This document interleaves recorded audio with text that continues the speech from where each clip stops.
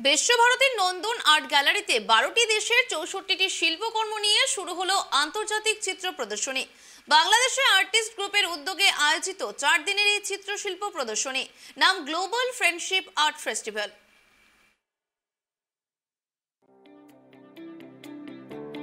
ভারত বাংলাদেশের সম্পর্ক খুবই জোরালো। শান্তিনিকেতনের সূত্র ধরে সম্পর্ক আরও নিবিড়।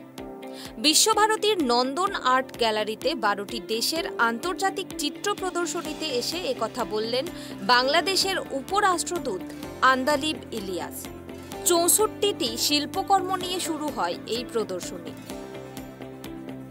আপনাদের সবাইকে অসংখ্য ধন্যবাদ। বিশেষ করে আমি ধন্যবাদ জানাবো জনাব সাইফুল ইসলামকে, বাংলাদেশ আর্টিস্ট গ্রুপের সভাপতিকে, আজকে আমাকে এখানে আমন্ত্রণ জানানোর জন্য।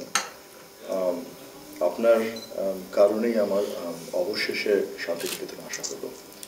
আমি কলকাতায় বাংলাদেশের উপহার কমিশনার হিসেবে যোগদান করেছি আজ থেকে 8 মাস আগে, এবং আমি মনে করি এটি একটি অমার্জনীয় অপরাধ যে 8 মাসও আমি শান্তিনিকেতনে আসতে পারিনি, বিভিন্ন দাপ্তরিক কাজ থেকে কিন্তু অবশেষে থ্যাংক ইউ সাইফুল ভাই, আপনার কারণে আজকে এখানে আসা হয়েছে আমার। শান্তিনিকেতনের সঙ্গে বাঙালির সম্পর্ক, বাংলাদেশি সম্পর্কটা একদম আলাদা, এটা আমরা সবাই হৃদয় থেকে অনুভব করি। বিশেষ করে আমি বলবো বাংলাদেশিদের কাছে শান্তিনিকেতনের যে আবেদন সেটি একটি হৃদয় ছোঁয়া আবেদন। শুধু যে আমার সোনার বাংলা তা তো নয়, বাকি সব কিছুতেই।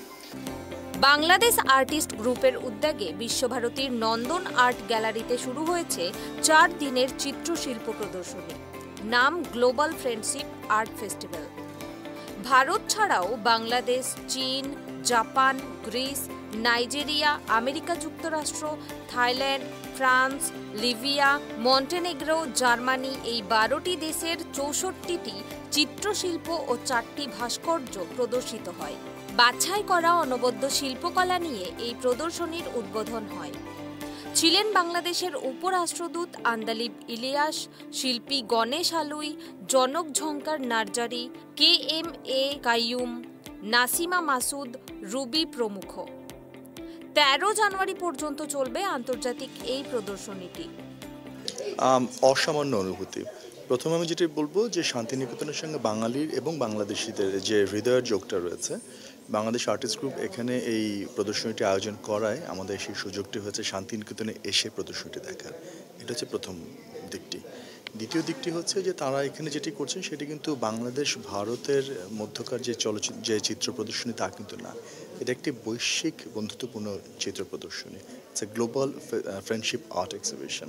সেটা খুব বড় একটা ব্যাপার যে আমরা দুদেশের মধ্যে সম্পর্ক, পাশাপাশি একটি বৈশ্বিক সম্পর্ক তৈরি করা, বৈশ্বিক বন্ধুত্বপূর্ণ পরিবেশ তৈরি করা, এই সব কিছুই কাজ করছে এই প্রদর্শনীটির পেছনে। যে কারণে আমি বললাম যে আমার অনুভূতিটি অসামান্য একটা অনুভূতি। এখানে আসার মধ্য দিয়ে আমি যেটা আবার নতুন করে হৃদয়ে অনুধাবন করলাম যে শান্তিনিকেতন সবার, চিত্র সবার, শিল্প সবার।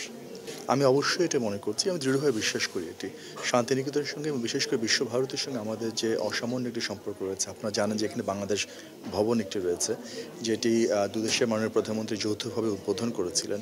সেটি একটি টেস্টিমনি, সেটি একটি প্রমাণ যে দুদেশের মধ্যে, দুদেশের শিল্পীদের মধ্যে, দুদেশের শিল্প চর্চার মধ্যে, সংস্কৃতির মধ্যে যে হৃদয়ের বন্ধনটি রয়েছে, যে আত্মার আত্মিক সম্পর্কটি রয়েছে, সেটির একটি প্রমাণ হচ্ছে শান্তিনিকেতন, বিশ্বভারতী, দুটো একই সঙ্গে।